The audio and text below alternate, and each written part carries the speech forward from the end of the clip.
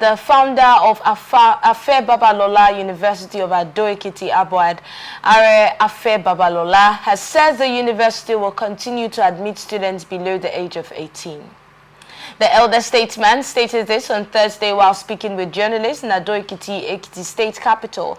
Babalola, who faulted the decision of the federal government to bar students not up to 18 from gaining admission and having access to university education in the country, said the new policy is unacceptable and retrogressive. He explains that universities enjoy autonomy and that they should be allowed to use their discretion in admitting students from different programs that are obtainable in Western countries, rather than government issuing directives in this regard. Afe Babalola stressed that age has nothing to do with the nation's growth and development, warning the government not to use these policies to retard growth and pursuit of young citizens who will provide solution to the myriad of challenges confronting the nation. He lamented that the country is missing from a list of countries that have produced young achievers in their pursuit, a development he attributed to the inconsistency and retrogressive policies. You heard about this particular policy and announcement by the Minister of Education, and a lot of Nigerians have been reacting to this. I'd like to get your reaction to this. Afe Babalola said, as for my university, I was going to keep taking students, and that's really against what the Minister of Education has said. Yes, you see, in a working system or society, yes, the government also listens to the people.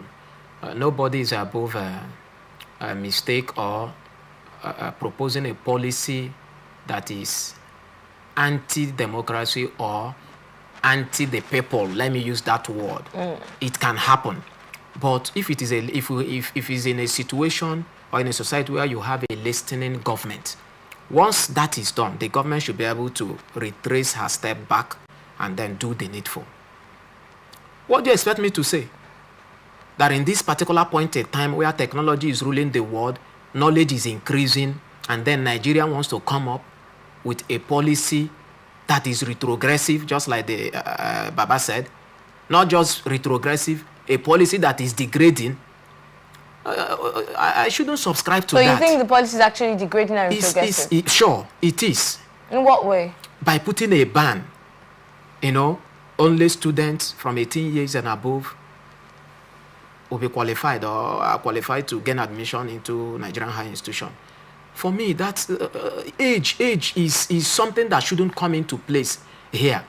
What the Ministry of Education should be looking at for is, how did these students emerge? How did they pass their course? Those who have heard of children of, or a student of 14 years, 15 years, 16 years, writing WAEC and all of that.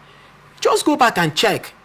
There should be our system, our educational system should be working.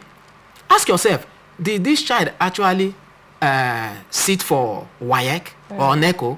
At what age?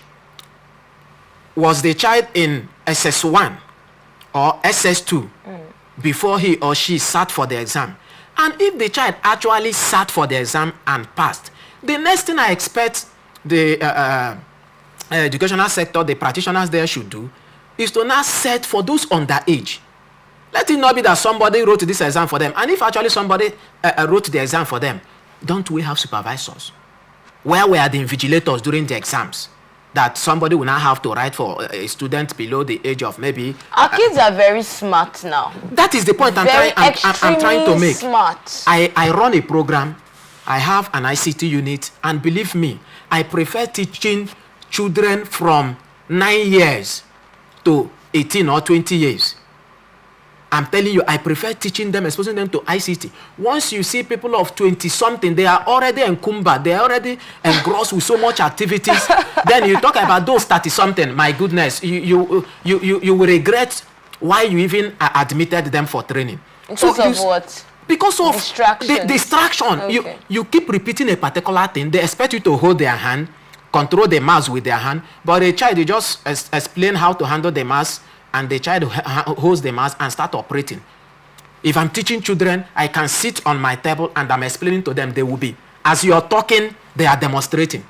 So that is the point. These are children, some of them in primary school, some of them in junior classes and all of that. All right. So this particular policy is not something that Nigerians should endorse at all. Okay. I don't subscribe to it. I love that. We appreciate your time on the show today. Thank you so much for coming. Thank you very much. I appreciate it. All right. Big thanks to you for being a part of the conversation. We'll do this again.